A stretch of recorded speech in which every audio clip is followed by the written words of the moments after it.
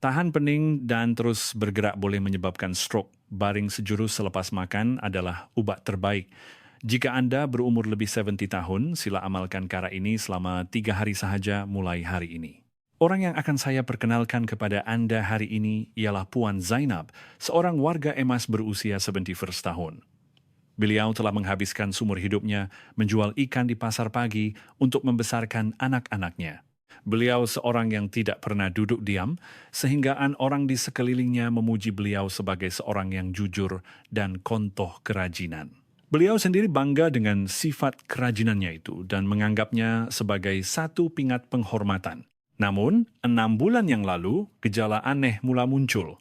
Selepas selesai bekerja dan menikmati semangkuk sup panas yang mengenyangkan seperti biasa, tiba-tiba pandangannya menjadi putih dan kepalanya terasa pening. Pada mulanya, beliau hanya menganggap ia sebagai tanda penuaan dan kekurangan tenaga, jadi beliau tidak terlalu memikirkannya. Beliau mula makan lebih banyak daging dan mengambil suplemen kesehatan. Namun, gejalanya bukan sahaja tidak bertambah baik, malah menjadi semakin teruk. Lama-kelamaan, setiap kali selepas makan, badannya terasa berat seperti digantung batu, dan dunia sekelilingnya terasa berputar, sehingga kan beliau terpaksa terduduk. Puan Zainab merasa seolah-olah beliau hanya berpura-pura sakit, jadi beliau tidak memberitahu anak-anaknya dan menanggung penderitaan itu seorang diri. Walaupun telah menjalani pemeriksaan di hospital, dokter hanya mengatakan bahwa beliau tidak mengalami anemia dan tekanan darahnya normal. Namun penderitaan yang dialami oleh Puan Zainab adalah benar.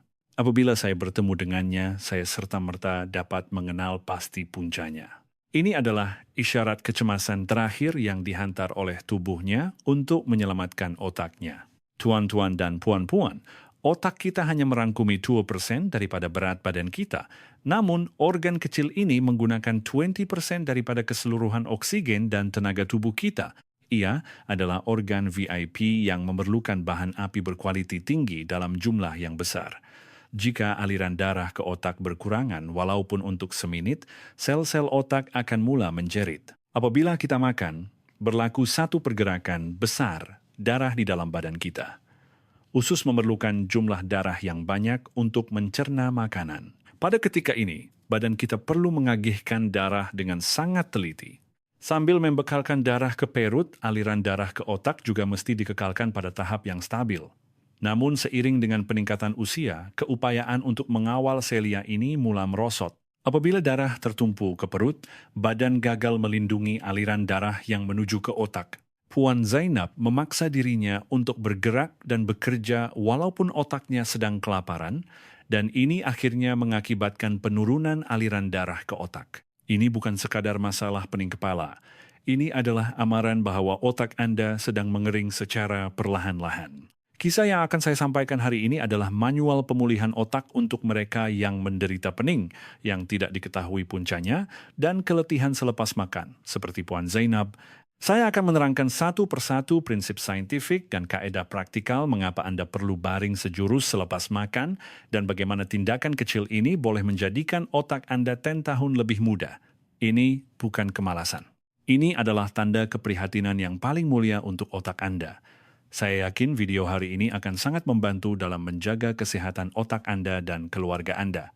Sebelum kita memulakan perbincangan utama, sila tekan butang suka sekarang. Dan tinggalkan perkataan otak di ruangan komen.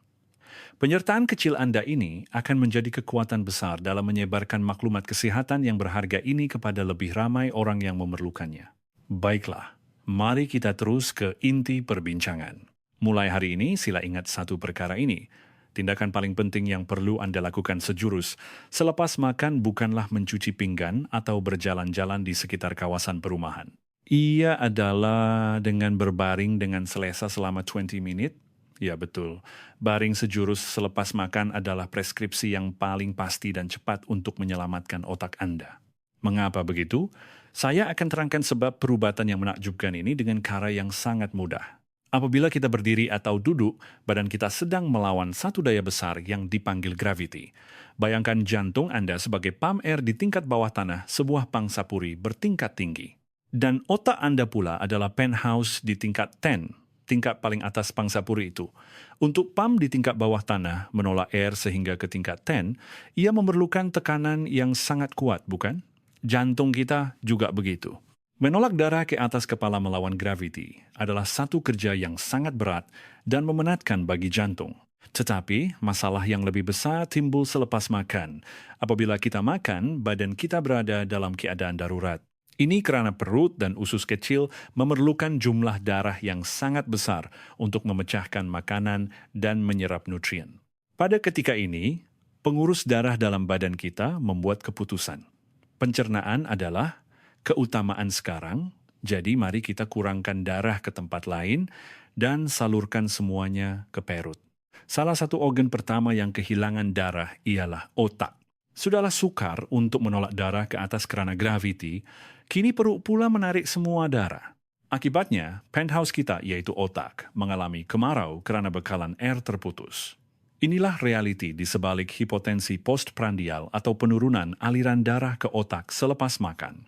Apabila bekalan oksigen dan nutrien ke otak berkurangan secara tiba-tiba, kepala menjadi pening, rasa mengantuk menyerang, dan dalam kes yang teruk, seseorang boleh mengalami pening yang berputar seperti yang dialami oleh Puan Zainab. Namun, apa yang berlaku jika Anda baring sekarang mendatar pada ketika ini? Pam di tingkat bawah tanah tidak lagi perlu menolak air sehingga ke tingkat 10. Ini karena jantung dan otak kini berada pada ketinggian yang sama. Sekarang, pam hanya perlu mengalirkan air ke sisi. Dengan hanya menggunakan 1/10 daripada tenaga, darah dapat mengalir dengan langkar ke otak. Sel-sel otak akhirnya dapat menghirup oksigen segar dan kembali bertenaga. Puan Zainab juga terkejut selepas mendengar penjelasan saya. Sumur hidupnya, beliau takut akan digelar berat tulang atau pemalas jika baring sejurus selepas makan. Jadi beliau menahan pening dan memaksa dirinya berjalan di pasar. Kerajinannya itu sebenarnya sedang mengeringkan otaknya. Beliau mula mengikut preskripsi saya untuk baring secara mengiring selama 20 menit sejurus selepas makan. Ajaibnya, pening selepas makan yang begitu menyeksakannya hilang serta-merta. Sudah tentu ada beberapa perkara yang perlu diberi perhatian, terutamanya bagi mereka yang mengalami gejala reflux asid. Jika Anda baring secara mendatar sepenahnya, asid perut boleh naik ke esofagus dan menyebabkan pedih ulu hati. Dalam kes ini, letakkan kusyen atau bantal di belakang Anda untuk mengangkat sedikit bahagian atas badan Anda kira-kira 15 hingga 20 darjah. Dengan mengekalkan sudut ini, Anda boleh mencegah reflux asid sambil memastikan aliran darah yang mencukupi ke otak. Ingatlah, baring selama 20 menit selepas makan bukanlah simbol kemalasan, tetapi rehat yang paling mulia untuk melindungi otak Anda. Otak perlu mendapat bekalan nutrien yang mencukupi untuk mencegah demensia dan mengekalkan fungsi kognitif. Mulai hari ini, baringlah dengan yakin, tidak kira apa kata ahli keluarga. Dan tunjukkan video ini kepada mereka untuk menerangkannya. Jika kisah hari ini bermanfaat, sila kongsikan video ini dengan rakan-rakan dan ibu bapa Anda yang tersayang. Terutamanya bagi mereka yang sering mengadu tidak bertenaga selepas makan, video ini boleh menjadi penyelamat. Satu perkongsian Anda boleh mencipta keajaiban dalam menyelamatkan kesehatan otak seseorang. Jika petua pertama, yaitu baring selepas makan, adalah rawatan kecemasan untuk memadamkan api, dua petua seterusnya yang akan saya kongsikan adalah rawatan asas untuk membetulkan postur badan Anda yang rosak dan membuka lebuh raya darah ke otak Anda. Apa yang akan saya katakan sekarang akan mengubah sepenuhnya cara Anda tidur dan duduk. Sudah bersedia? Penyelesaian kedua ialah kaedah tidur tangan ke atas. Amalkannya mulai malam ini juga. Caranya adalah dengan tidur sambil mengangkat kedua-dua tangan sedikit ke atas paras dada. Mungkin ada yang akan bertanya, apa benda pelik nih? Tetapi di sebalik kaedah ini tersembunyi sains tubuh manusia yang menakjubkan. Darah yang kembali ke jantung adalah sama pentingnya dengan darah yang dipam keluar dari jantung. Ini membolehkan jantung mengepam darah segar kembali ke kepala. Namun, seiring dengan peningkatan usia, otot di sekitar dada menjadi kaku dan rongga dada menjadi sempit. Jika Anda tidur dengan tangan di bawah, dada akan menjadi lebih terhimpit dan vena-vena besar yang melaluinya akan tertekan. Laluan darah untuk kembali ke jantung menjadi sempit. Apa yang berlaku jika Anda mengangkat tangan sedikit ke atas dada? Dada yang terhimpit akan terbuka luas. Ruang di antara tulang rusuk menjadi lebih luas, membolehkan paru-paru bernafas lebih dalam, dan membuka laluan untuk vena cava yang menuju ke jantung. Apabila darah vena mengalir deras ke jantung, jantung akhirnya bersedia untuk menghantar darah yang mencukupi ke otak. Satu peringatan penting, jangan luruskan tangan Anda terlalu tinggi di atas kepala. Ini boleh menyebabkan sakit sendi bahu dan kebas pada tangan. Cukup sekadar membengkokkan siku dengan selesa supaya tangan Anda berada di sekitar bahu atau dada. Puan Zainab pada mulanya berasa janggal dan tangannya sering terjatuh, tetapi pada pagi hari ketiga beliau berkata, "Doktor, sungguh ajaib. Kepala saya terasa sangat jernih seperti kabus yang telah hilang apabila saya bangun tidur." Anda juga akan merasai perbezaannya dengan seluruh tubuh Anda jika Anda mencobanya selama 3 hari sahaja. Penyelesaian ketiga ialah dengan memasukkan punggung Anda sedalam mungkin ke belakang kerusi apabila duduk. Bagaimana Anda biasanya duduk? Adakah Anda duduk di ujung sofa atau membongkokkan pinggang? Postur itulah yang menekan sistem saraf otonomik Anda dan menyebabkan otak Anda kelaparan. Jika Anda tidak menolak punggung Anda ke belakang sepenuhnya, pelvis Anda akan kondong ke belakang. Apabila pelvis kondong, pinggang akan membongkok, dan sebagai tindak balas, leher Anda akan terjulur ke hadapan. Inilah yang menyebabkan postur leher kura-kura text. Leher Anda bukan sekedar tiang untuk menyokong kepala. Ia adalah lebuh raya utama di mana saraf dari otak turun ke seluruh badan, terutamanya saraf otonomik yang mengawal saluran darah dan degupan jantung melalui celah-celah tulang leher ini. Apa yang berlaku jika leher Anda terjulur ke hadapan seperti kura-kura dan tulang leher menjadi lurus? Ia umpama batu besar jatuh dan menyekat lebuh raya. Saraf menjadi tertekan dan berpintal, menyebabkan penghantaran isyarat menjadi kacau bilau. Apabila keseimbangan antara saraf simpatetik dan parasimpatetik terganggu, badan kita tidak dapat menyesuaikan tekanan darah mengikut situasi. Apabila kita makan dan darah tertumpu ke perut, sistem saraf otonomik sepatutnya bertindak balas dengan segera dengan mengecutkan saluran darah untuk mengekalkan tekanan darah, tetapi keupayaan ini hilang. Punca sebenar pening selepas makan yang dialami oleh Puan Zainab adalah sistem saraf otonomik yang telah rosak ini. Seumur hidupnya, beliau membongkok untuk menyang ikan, dan semasa berehat, beliau berbaring menggiring di sofa sambil melihat telepon pintarnya. Tabiat inilah yang merosakkan lehernya dan melumpuhkan sistem saraf otonomiknya. Oleh itu saya menasihatinya dengan bersungguh-sungguh. Puan, mulai sekarang setiap kali Puan duduk di kerusi, pastikan punggung Puan rapat ke belakang kerusi. Apabila pinggang disokong dengan baik, pelvis akan tegak, dan apabila pelvis tegak, leher akan kembali ke kedudukan asalnya. Apabila leher tegak, lebuh raya ke otak akan terbuka dan sistem saraf otonomik akan pulih.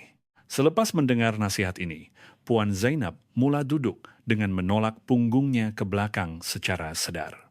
Pada mulanya, beliau berasa tidak selesa kerana pinggangnya kaku, tetapi tidak lama kemudian beliau terbiasa dan yang menakjubkan, sakit kepala kronik yang dialaminya turut hilang. Tuan-tuan dan puan-puan, kaedah tidur tangan ke atas dan menolak punggung ke belakang yang saya kongsikan hari ini adalah ubat terbaik untuk menyelamatkan otak Anda tanpa membelanjakan 1 sen pun. Apabila sistem saraf otonomik pulih, bukan sahaja masalah kawalan tekanan darah selepas makan dapat diselesaikan, malah insomnia dan keletihan kronik juga dapat diatasi serentak. Jika video ini benar-benar bermanfaat, sila tekan butang langan dan butang pemberitahuan. Anda tidak akan terlepas maklumat berharga untuk menjaga kesehatan Anda. Langganan Anda memberi saya kekuatan yang besar untuk menghasilkan video yang lebih baik. Sekarang, saya akan kongsikan jadual harian Puan Zainab yang ajaib yang membolehkannya kembali bertenaga dalam masa 3 hari sahaja. Anda boleh mengambil pen dan kertas untuk mencatatnya, atau simpan maklumat ini di dalam ingatan Anda. Rutin ini bukan sekadar untuk mengisi masa, tetapi ia adalah satu pelan terperinci untuk memulihkan sistem saraf otonomik Anda yang rosak dan membekalkan air kehidupan ke otak Anda. Pagi Puan Zainab kini tidak lagi bermula dengan terus bangun dari katil. Sebaik sahaja membuka mata, perkara pertama yang dilakukannya ialah mengangkat kedua-dua tangan ke atas, dada, sambil berbaring, dan melakukan regangan tangan ke atas sebanyak 5 kali. Ini adalah senaman pemanasan untuk membuka otot dada yang kaku semalaman dan melangkarkan aliran darah kembali ke jantung. Dengan meluangkan masa semenit sahaja, Anda akan dapat merasakan kepala menjadi lebih jernih. Kemudian, beliau bangun perlahan-lahan dan minum segelas air suam. Untuk sarapan, beliau mengurangkan jumlah nasi sebanyak 1 sudu berbanding biasa. Mengelakkan makan berlebihan adalah jalan pintas untuk menyelamatkan otak. Selepas selesai makan, beliau tidak lagi terus memakai sarung tangan getahnya. Sebaliknya, beliau pergi ke sofa di ruang tamu, meletakkan 2 atau 3 bantal di belakangnya, dan baring dengan bahagian atas badannya dinaikkan kira-kira 20 darjah. Puan Zainab mempunyai perut yang sedikit lemah, jadi beliau sentiasa memastikan sudut ini dikekalkan untuk mengelakkan reflux asid. Selama 20 menit, beliau memejamkan mata dan menikmati perasaan darah mengalir memenuhi otaknya dengan selesa. Selepas 20 menit, beliau dapat mencuci pinggan dan pergi ke pasar dengan rasa yang sangat ringan tanpa pening kepala seperti dahulu. Semasa bekerja di pasar pun, Puan Zainab mengamalkan keajaiban 1 cm ini. Setiap kali beliau duduk sebentar di kerusi selepas menyiang ikan, beliau akan menolak punggungnya rapat ke belakang kerusi. Dengan cara itu, pinggangnya secara semula menjadi lurus dan lehernya yang tunduk kembali tegak. Apabila lehernya tegak, sistem saraf otonomiknya mula bernafas dan keletihan teruk yang sering datang pada waktu petang berkurangan dengan ketara. Selepas makan malam, beliau juga berehat secara mendatar selama 20 menit dan sebelum tidur, beliau menjauhkan telepon pintarnya. Beliau telah mendengar penjelasan saya bahwa melihat telepon pintar dengan kepala tertunduk selama 1 jam adalah sama seperti menyekat aliran darah ke otak selama 3 jam. Sebaliknya, beliau tidur nyenyak dalam posisi tidur tangan ke atas, dengan tangan diletakkan dengan selesa di atas dada. Selepas mengamalkan ini selama 3 hari, wajahnya kelihatan cerah berseri seperti zaman mudanya ketika saya bertemu dengannya semula. Tetapi, ada satu lagi perkara yang sangat penting di sini. Apabila saya katakan berehat selepas makan, ia sama sekali tidak bermaksud Anda perlu berbaring sepanjang hari. Ia seperti kita mengisi minyak kereta sehingga penuh sebelum memulakan perjalanan yang jauh. Selepas mengisi otak dengan darah segar dan oksigen selama 20 menit, Anda perlu menggunakan tenaga itu untuk keluar. Masa selepas aliran darah ke otak pulih dan kepala menjadi jernih adalah waktu keemasan di mana otak Anda boleh berfungsi dengan paling bijak.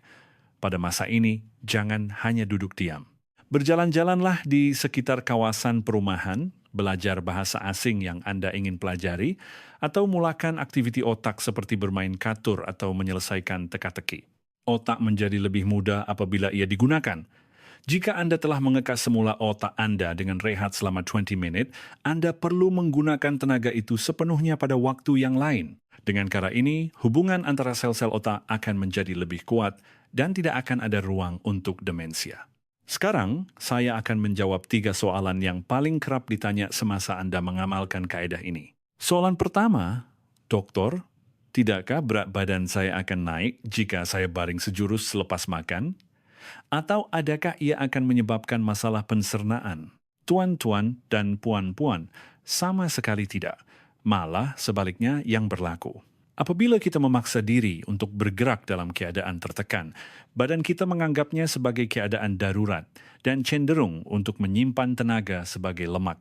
Tetapi, jika Anda berbaring dengan selesa selama 20 menit selepas makan dan membiarkan darah tertumpu ke otak dan perut, metabolisme akan menjadi lebih lancar, pencernaan akan menjadi lebih baik, dan penggunaan tenaga juga akan menjadi lebih efisien.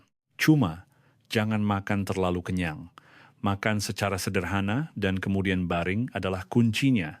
Soalan kedua, saya mengalami reflux esofagitis yang teruk. Bolehkah saya benar-benar baring?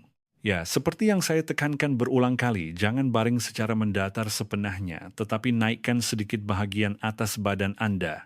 Sudu yang landai secara fisikalnya menghalang reflux asid sambil mengurangkan perbezaan ketinggian antara jantung dan otak, jadi ia cukup membantu dalam memastikan aliran darah ke otak. Jika Anda berasa sesak dada apabila baring, naikkan sudut sedikit lagi sehingga Anda menemui posisi yang paling selesa untuk Anda. Soalan ketiga, bantal jenis apa yang patut saya gunakan? Bantal tidak sepatutnya terlalu tinggi atau terlalu rendah.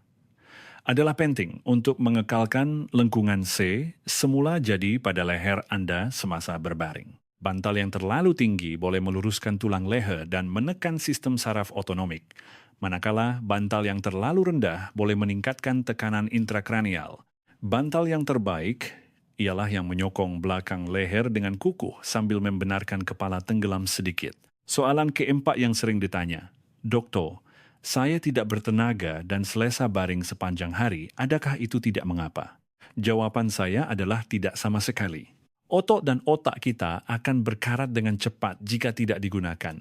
Rehat selama 20 menit selepas makan hanyalah satu jeda strategik untuk melindungi aliran darah ke otak. Selepas jeda itu, mesti diikuti dengan ayat aktiviti. Berjalan banyak, ketawa banyak, dan jangan berputus asa untuk menikmati keseronokan mempelajari perkara baru. Itulah pelengkap kepada kaedah kesehatan otak sebenar yang saya maksudkan. Tuan-tuan dan puan-puan, rutin yang saya kongsikan hari ini bukanlah satu rahasia besar. Ia adalah kaedah yang sangat berasaskan logik, dengan memahami prinsip badan kita dan hidup selaras dengannya.